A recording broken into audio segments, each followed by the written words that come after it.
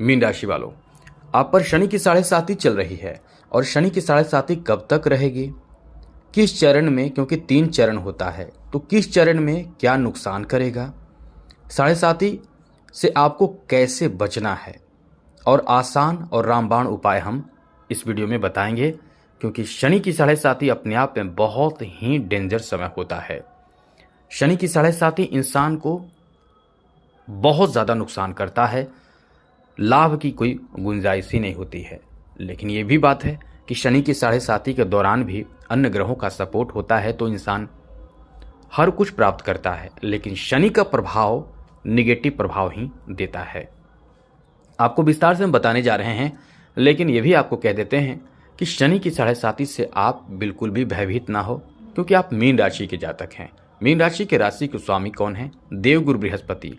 और शनि की दुश्मन जो राशि होते हैं, माफ कीजिएगा, शनि के जो दुश्मन ग्रह होते हैं उनके जो राशि होते हैं वो बहुत ज़्यादा परेशान होते हैं, बहुत ज़्यादा परेशान होते हैं। कभी कभी आपने देखा भी होगा, बड़े बड़े सितारे, बड़े बड़े एक्टर, बड़े बड़े उद्योगपति, धनवान, पता नहीं चलता है कि वो किस तरह से दिवालिया हो गए, कंगाल हो गए, बर्बाद हो गए, उनका जीवन एकदम खराब हो जाता है। बड़े बड़े राजा महाराजा भी अपने जीवन में बहुत बुरे दौर से गुजरते हैं और उन्हें पता भी नहीं चलता है कि ये बुरे दौर के कारण क्या है। और जब वो अपने कुंडली दिखाते हैं या परेशान होकर जब उन्हें पता चलता है कि शनि की 7.5 का ये असर है, तो वो उपाय करते हैं, फिर से वहाँ से खड़ा हो जाते हैं, वहीं से वो अपने जीवन को बेहतर बना लेते हैं। इसलिए हम आपको ये उपाय बताने जा रहे हैं, बहुत अच्छा उपाय बताएंगे आपको। ये उपाय ऐसा है कि ये उपाय आप जो उपाय बताएंगे वो बहुत सरल और आसान उपाय बताएंगे, बहुत तरह के उपाय आपको बताएंगे। साथ ही ये जानकारी आपको होनी चाहिए कि शनि कब तक समाप्त होने वाला है, दूसरा चरण कब है। महत्वपूर्ण जानकारी हम इस चैनल के माध्यम से, इस वीडियो के माध्यम से आपको देने जा रहे हैं। चलिए आगे बात करें, उससे पहले कहेंगे यदि आपको प्रतिदिन वीडियो चाहिए तो चैनल को सब्सक्राइब जरूर कर लीजिएगा। वीडियो के नीचे सब्सक्राइब लिखा बटन को जरूर दबा दीजिए और घंटी को देखकर ऑल बटन पर प्रेस कर दें। और आप हमेशा लाइक करते हैं, बस लाइक कीजिएगा। तो दोस्तों, मीन राशि वालों, शनि की 7.5 का 3 चरण है। पहला जो चरण है वो जो चल रहा है अभी आपके साथ, और हर चरण में शनि वक्री होते हैं। शनि एक राशि में रहते हैं, समझ लें कि 2.5 साल तक, और अगले राशि में जाएंगे, फिर 2.5 साल उस राशि में रहेंगे। यानी प्रति राशि वो 2.5 साल हर राशि में रहते हैं और 2 बार वक्री होते हैं। और जब शनि वक्री होते हैं तो बहुत ज़्यादा निगेटिव प्रभाव पड़ता है। जब शनि वक्री से मार्गी होते हैं तो कुछ आपको राहत मिलता है शनि की 7.5 के दौरान भी। शनि का जो 7.5 का पहला चरण है, 3 चरण होता है। पहला चरण जो है उसकी समाप्ति होगी 29 मार्च 2025 को, और समाप्ति के साथ दूसरा चरण प्रारंभ हो जाएगा 29 मार्च 2025 से ही। और दूसरा जो चरण शुरू होगा वो समाप्त होगा, दूसरा चरण जो प्रारंभ होगा वो समाप्त होगा 2027 में। जी हाँ दोस्तों, 2027 2 जून 2027 को दूसरा चरण समाप्त होकर तीसरा चरण प्रारंभ हो जाएगा। और उसके बाद तीसरा चरण जो आखिरी चलेगा, आखिरी आप पर शनि की 7.5 17 अप्रैल 2030 तक रहने वाली है। तो आप पर पहला चरण का असर जो आप पर पड़ रहा है ये आप पर कैसा रहेगा? जी हाँ दोस्तों, कैसा रहेगा ये आपको बता दें तो वो इस समय आप थोड़े से भ्रमित होते रहेंगे, यानी आप कल्पनाओं में डूबे रहेंगे, परेशान रहेंगे। आपको उतना प्रभावित तो नहीं करेगा, लेकिन आपके जीवन को असंतुलित कर देगा। काम करेंगे तो स्वास्थ्य का ध्यान नहीं होगा, स्वास्थ्य का ध्यान रखेंगे तो काम आपसे नहीं होगा।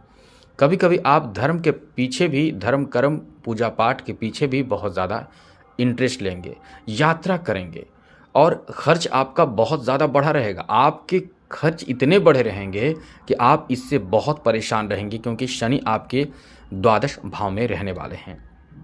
और इस समय यदि आप जॉब कर रहे हैं तो जॉब आपको बार बार बदलना पड़ सकता है। व्यवसाय में बार बार आपको बेकार की यात्रा भी करवाएगा। प्रथम चरण में आप कोई ऐसे कार्य नहीं कर पाएंगे जो आपको अपने मन का हो।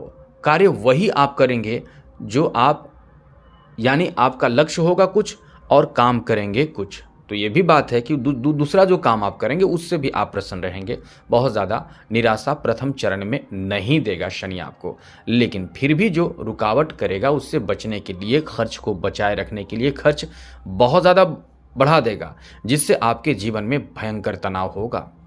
और ये तनाव होगा तो इससे बचने, क्योंकि 29 मार्च 2025 तक ऐसी स्थिति बनाएगा। अब आपको हम बताते हैं इसके आगे यानी दूसरा चरण आपके लिए क्या करेगा, क्या प्रभाव देगा। तो दोस्तों चैनल को सब्सक्राइब कर लीजिएगा यदि आपको इस तरह की जानकारी, महत्वपूर्ण जानकारी चाहिए तो। दोस्तों वैसे तो दूसरा चरण आपके ही राशि में शनि रहेगा दूसरा चरण में, और जब दूसरा चरण शुरू होगा तो शनि आपके ही चंद्र राशि पर विराजमान होगा, और शनि जब आपके चंद्र राशि पर विराजमान होगा तो आप समझ सकते हैं कि शनि तटस्थ दृष्टि जो होगी वो मीन राशि में है, जिसका स्वामी जो है यानी आपके राशि के स्वामी कौन है, देवगुरु बृहस्पति। अब ऐसे में आपको आपके अंदर कुछ अलग सा जिज्ञासा उत्पन्न करेगा। ये दूसरा चरण आपको नुकसान ज़्यादा नहीं करेगा, ये मध्यम होगा, इसमें कुछ अजीब आपके जीवन में होगा। आप समझेंगे कि शनि के 7.5 से नुकसान होता है, लेकिन दूसरा जो चरण आपका चलेगा 29 मार्च 2025 से दूसरा चरण चलेगा, तो यहाँ भिन्न भिन्न चीज़ों को आप सीखना चाहेंगे।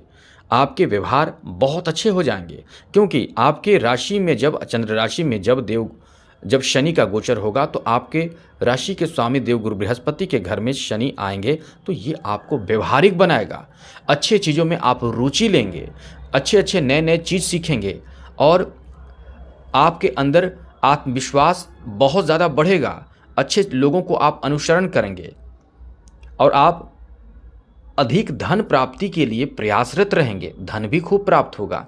तो ये आप समझ रहे हैं कि शनि की 7.5 नुकसान करेगा, आपको नुकसान उतना नहीं करेगा। करेगा, कहाँ करेगा हम आपको बताएंगे। ये जैसा कि आपकी राशि में जब आएगा शनि, तो ये आपको समाज में मान सम्मान भी दिलाएगा, आपको व्यवहारिक बनाएगा, जिससे समाज में मान सम्मान भी खूब मिलेगा। और जो निगेटिव प्रभाव देगा वो आपके वैवाहिक जीवन को प्रभावित करेगा।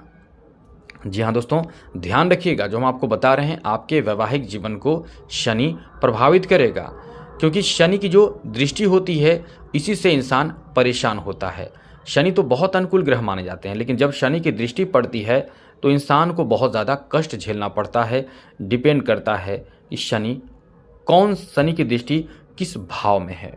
और दोस्तों शनि की तृतीय, सप्तम और दशम दृष्टि डिपेंड करेगा कि आपके लिए कैसा साबित होगा, समय कैसा रहेगा। तो दोस्तों यहाँ जो स्थिति बनेगी वो शनि की 7.5 का दूसरा जो चरण होगा, उसमें आप ध्यान रखें कि आपके वैवाहिक जीवन प्रभावित ना हो, क्योंकि जब शनि आपके राशि में रहेंगे तो आपके राशि से तृतीय भाव को देखेंगे, सप्तम भाव को देखेंगे और साथ ही साथ पंचम भाव को देखेंगे। तो यहाँ आपको जिज्ञासा उत्पन्न होगा सीखने के लिए। तृतीय, सप्तम और दशम भाव को देखेंगे, माफ़ कीजिएगा, तृतीय, सप्तम और दशम भाव को देखेंगे। तो ये कैरियर भाव को देखेंगे तो कैरियर पर भी असर पड़ेगा।